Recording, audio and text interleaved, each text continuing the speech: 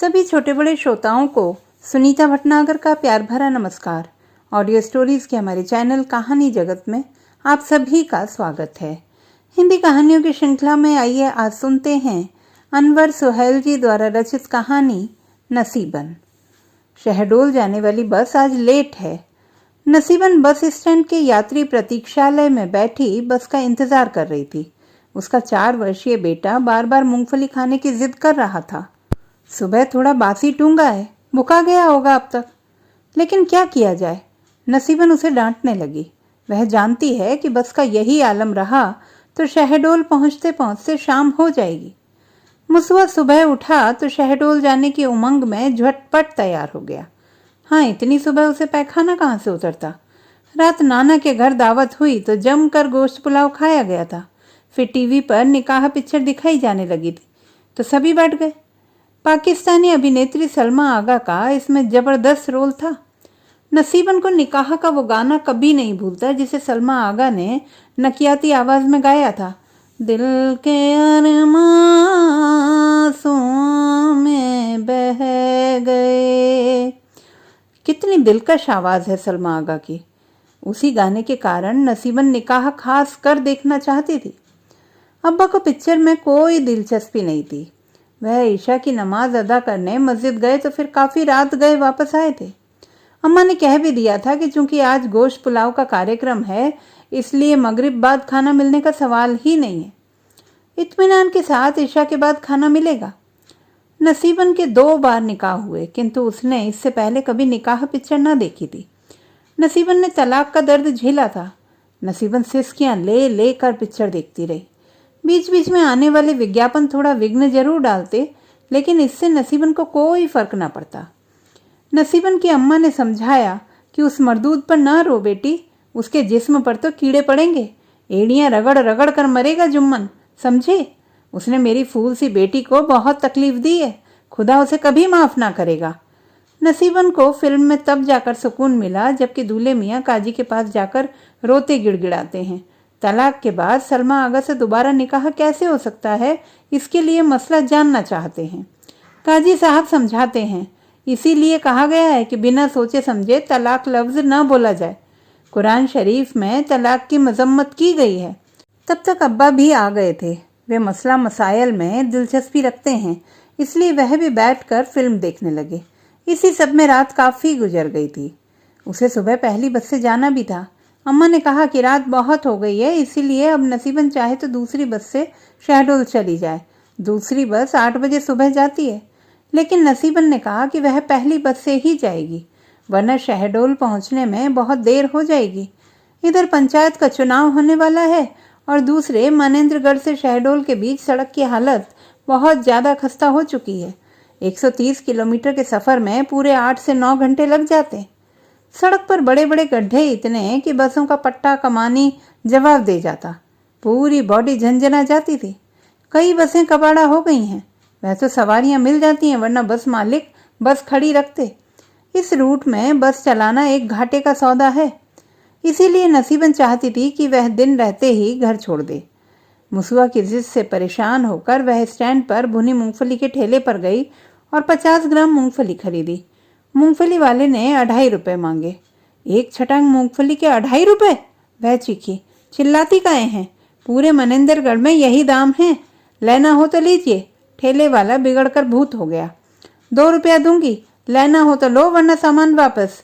कहने को तो कह दिया उसने, किंतु मुसवा की जिद के आगे हार मानकर वह बोली, अच्छा ऐसा करके मुझे 2 रुपये की मूंगफली ही दे दे, थोड़ा कम कर लो और क्या। मूंगफली पाकर मुसवा झूम उठा। वह अपनी तुतली आवाज में गाना गाने लगा। कहो ना प्याल है। नसीबन वात्सल्य रस से ओतप्रोत हो उठी। ममता उसकी आंखों से छलकने लगी। वह मुसवा को मूंगफली के दाने छील छील कर देने लगी। नसीबन मुसवा को जान से ज्यादा चाहती है। अपने सीमित साधनों के बीच वह मुसवा की हर जिद पूरी करने का प्रयास करती है। वह हमेशा अल्लाह पाक परवरदिगार का शुक्रिया अदा किया करती। मुसवा के अब्बा भी मुसवा को बहुत प्यार करते। आखिर अधेड़ावस्था में बाप बनने का एक अलग ही सुख है। मुसवा के अब्बा का ध्यान क्या आया कि वह बेचैन हो उठी। नसीबन का दूसरा पति गुलजार खान, फोरमैन, उम्र 55 वर्ष, ढेर सारी पैतृक और व्यक्तिगत संपत्ति के स्वामी, किंतु आस औलाद की खुशी से महरूम। जब तक पहली पत्नी जीवित रही, दूसरी शादी का ख्याल भी मन में न आया। गुलजार खान की पहली बीवी को मलेरिया हुआ था। मलेरिया कब टाइफाइड में बदला और कब उसे पीलिया भी हो गया, कुछ पता न चला। इस इलाके में अभी रक्त जांच की अच्छी सुविधा न थी। गुलजार खान ने अपनी बीवी को बचाने का हर संभव प्रयास किया, किंतु उसे बचा न पाया। चूंकि गुलजार खान बे औलाद थे, अतः घर वालों के दबाव में उसका दूसरा निकाह नसीबन से हुआ। गुलजार खान ने भी अपनी तरफ से यही कहा कि किसी कुंवारी लड़की का जीवन तबाह न किया जाए।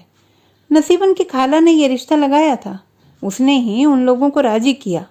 गुलजार खान कोयला खदान में मैकेनिकल फोरमैन थे। इज्जतदार नौकरी, बी टाइप क्वार्टर, बनी बनाई गृहस्थी, घर में fridge, TV, washing machine, scooter, सब कुछ था। कमी थी तो सिर्फ औलाद की। वह कमी उसने दूर कर दी। नसीबन बांझ न थी। वह किससे बताती कि उसकी नम उर्वरा कोक की धरती पर बीज पड़ा ही न था। बस स्टैंड के पूरब में बने शेड पर अनाउंसर की आवाज लाउड स्पीकर पर गूंजी। शहडोल जाने वाले यात्री ध्यान दें, मनेंद्रगढ़ से बिजुली, कोतमा, अनूपपुर, अमलाई, बुढ़ार से होकर शहडोल जाने वाली बस आने वाली है। आप लोग अपने सीट नंबर और टिकट काउंटर पर बैठे एजेंट से ले लें। नसीबन की तंद्रा भंग हुई। उसने मुसवा से चाहा कि वह चुपचाप सामान के पास बैठे तो टिकट खरीद ले आए। मुसवा नहीं माना। नसीबन ने झुंझला कर उसे धीरे से चपत लगाई। मुसवा रोने लगा।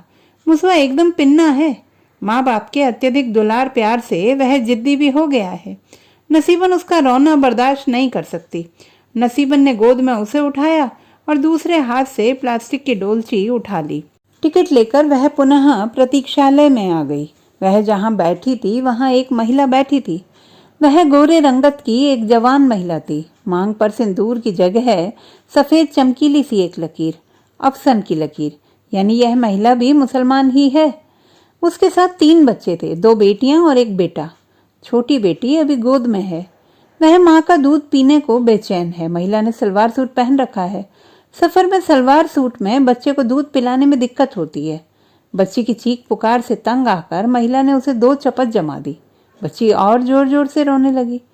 मुसवा को मूंगफली खाते देख उस महिला का 4 वर्षीय बेटा भी कुछ खाने की जिद करने लगा। महिला ने लाचार होकर पहले तो गोद की बिटिया का मुंह जबरदस्ती दुपट्टे के अंदर करके चुस्त कुर्ते का दामन इस तरह से समेटना चाहा कि बदन भी ना उघड़े और बच्ची दूध भी पी ले। इस कोशिश में उसकी दूध भरी गोरी छातियों की एक झलक नसीबन ने पाई। नसीबन मुस्कुरा उठी। उस महिला ने छाती में बच्ची का मुंह ठूंस कर बेटे की तरफ घूर कर देखा। बेटा बदस्तूर मूंगफली खाने की जिद मचाए हुए था। नसीबन से अब चुप न रहा गया। उसने मुसवा से कहा कि वह मूंगफली के 4 दाने उस रोते हुए बच्चे को भी दे दे। मुसवा मान गया। महिला ने कृतज्ञता प्रकट की। दोनों महिलाएं मुस्कुरा उठी। कुछ मामलों में मुसवा बाप पर गया है। गुलजार भी इसी प्रकृति के हैं। भले ही भूखे रह जाएं, लेकिन मेहमान की खिदमत में कोई कमी ना करेंगे। बड़े दरिया दिल हैं गुलजार। ईद मिलने उसे मैके आना पड़ गया, वरना वह मियाँ को एक दिन भी अकेली नहीं छोड़ती। इतनी जिंदगी गुजारने के बाद तो वह मियाँ वाली हुई है। पहला मियाँ तो बस नाम का मियाँ था। नसीबन को मुंह में कुछ कड़वा कसैला सा महसूस हुआ। पहले शौहर जुम्मन का तसव्वुर उसे भयभीत कर देता। जाने क्या क्या चाहता था जुम्मन अपनी बीवी से। वह चाहता था कि उसकी नामर्दी की बात किसी भी तरह से समाज में न आने पाए। वह चाहता था कि चाहे जैसे भी हो, नसीबन उसके लिए औलादों की लाइन लगा दे। वह चाहता था कि नसीबन उसकी अंधी माँ और नकारा देवर की खिदमत में राई रत्ती की कमी ना करे। ठीक उसी तरह जुम्मन की माँ अपनी बांझ बहू को रात दिन ताने मारा करती। बेटे से झूठी शिकायतें करती कि बहू ने ढंग से खाना नहीं दिया, न पानी दिया, दिन भर बस मुझसे लड़ती रहती है। बांझ निपूती रान सब ऐसी ही होती हैं। मेरे बेटे पर टोनाहीन ने जाने कैसे टोना कर दिया है कि ये किसी की सुनता ही नहीं। देवर अलग अपना राग अलापता। वह एक सेठ का डंपर चलाता था। रेत गिट्टी आदि की ढुलाई में वह डंपर लगा था। रेत गिट्टी की लोडिंग अनलोडिंग में गांव की रेजाएं और मजदूर लगा करते हैं। उसका चाल चलन भी ठीक ना था। देवर के कई रेजाओं से संबंध थे। वह पूरे समाज में बदनाम हो चुका था। इसीलिए कोई उसे अपनी बेटी देने को तैयार ना होता। एक जगह बात चल रही थी। लड़की वाले इसलिए झुककर आए थे कि उनकी बेटी में कई दोष थे। लड़की महंगी और काली कलूटी थी, बदसूरत कहें तो कोई हर्ज नहीं। उसी समय ऐसा हुआ कि रेजाओं की बस्ती में मारपीट और शराब पीकर हुड़दंग मचाने के अपराध में देवर को जेल हो गई।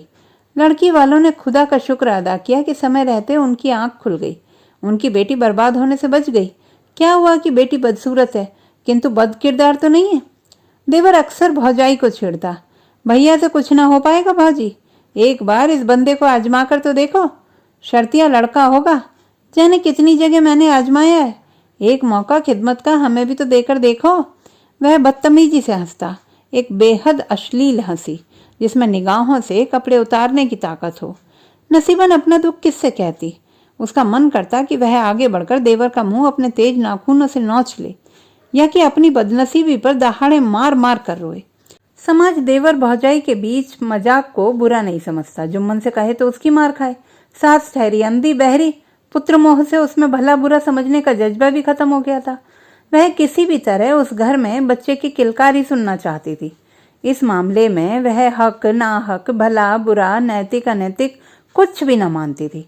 बस पानी पी पी कर वह बहू को कोसती और बेटे को उकसाती कि वह एक और निकाह कर ले, वरना इस वंश का क्या होगा। अनाउंसर ने पुनः हाँक लगाई, शहडोल जाने वाली बस अब आने ही वाली है, आप लोग अपने टिकट और सीट नंबर ले लें। नसीबन की तंद्रा भंग हुई। उसने मुसुआ के हाथ से मूंगफली का पूड़ा छीनकर डोलची में रख लिया। वह प्रतीक्षालय से बाहर निकल आई। उसने देखा कि वह महिला भी उठ गई है, शायद उसे भी यही बस पकड़नी हो। दूर कहीं बस की घुरघुराहट सुनाई दी। एजेंट और अनाउंसर सजग हुए। देखते ही देखते बस आ गई। नसीबन को खिड़की के पास वाली महिला सीट का नंबर मिला था। नसीबन बस के सफर में खिड़की के पास की सीट चाहती है, उसे हमेशा ताजा हवा चाहिए।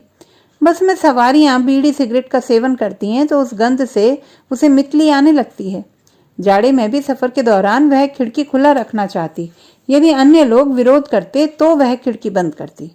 थोड़ा सा फांक वह फिर भी बचा लेती, ताजा हवा का स्पर्श मिलता रहे बस। अभी वह बस में बैठी ही थी कि उसकी बगल में वह महिला आकर बैठ गई, अपने तीनों बच्चों के साथ। उसे कोई आदमी बैठाने आया था।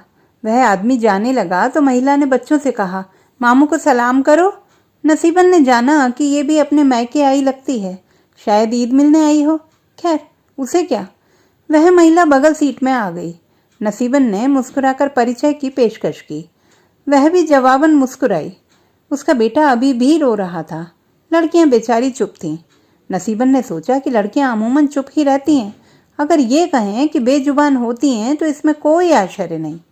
यही बेजुबानी उन्हें जुल्म सहने और सिसकने के लिए प्रेरित करती है। नसीबन भी तो इसी चुप्पी का शिकार थी। यदि वह जुबान वाली होती तो जरूर जुम्मन के आरोपों का विरोध करती। कितना सहा था उसने। बुढ़िया अंधी सास तक एक स्त्री होते हुए भी उसे अपने पाप के लिए मजबूर करती रही।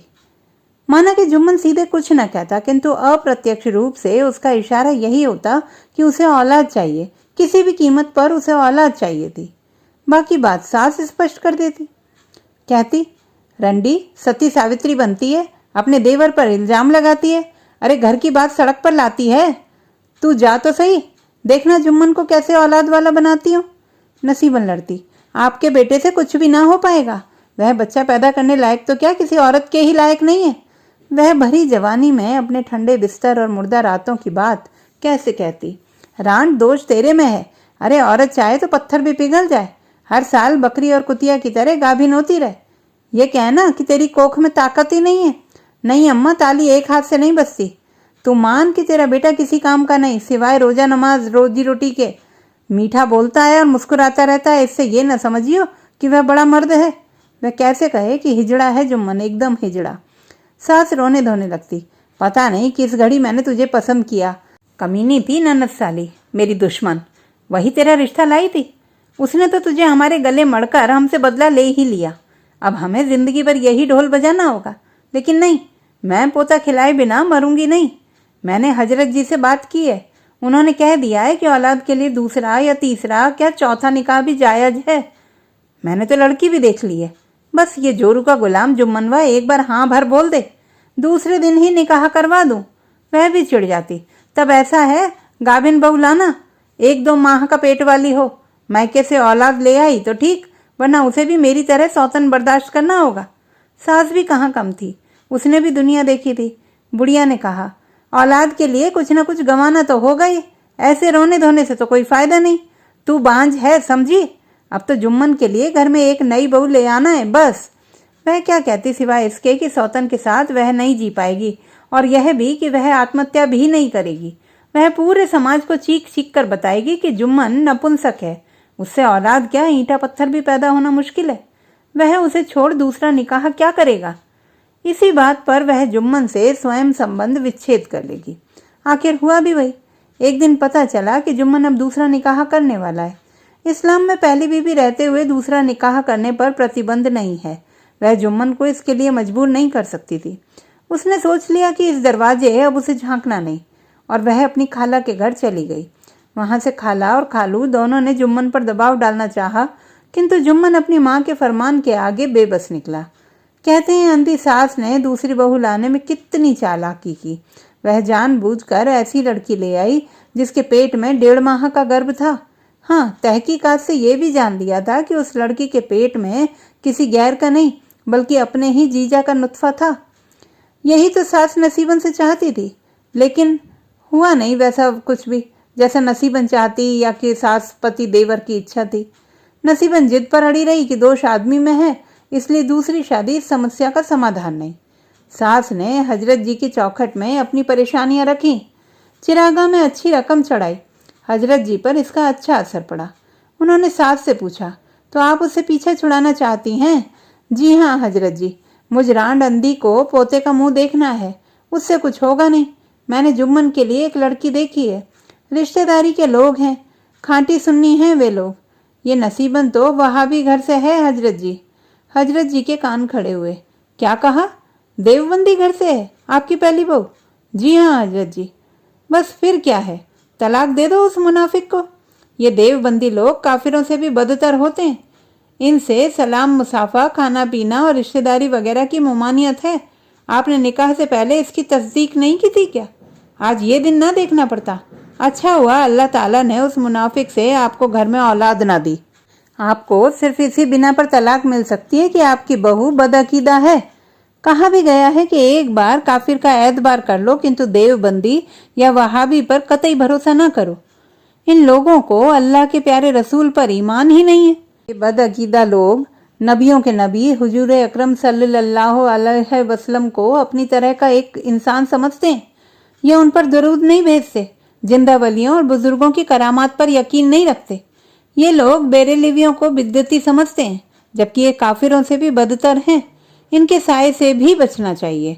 और देवबंदी होने की बिना पर जुम्मन ने उसे तलाक दे दिया था। बस स्टार्ट हुई। बगल वाली महिला कुछ सहज हुई। नसीबन ने उसके बच्चों को प्यार किया।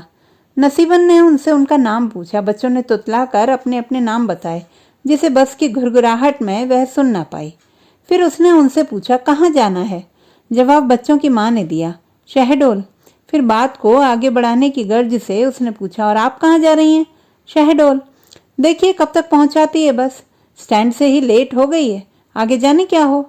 ठीक कह रही हैं आप, यदि यही हाल रहा तो रात तक शहडोल पहुंच पाएंगे।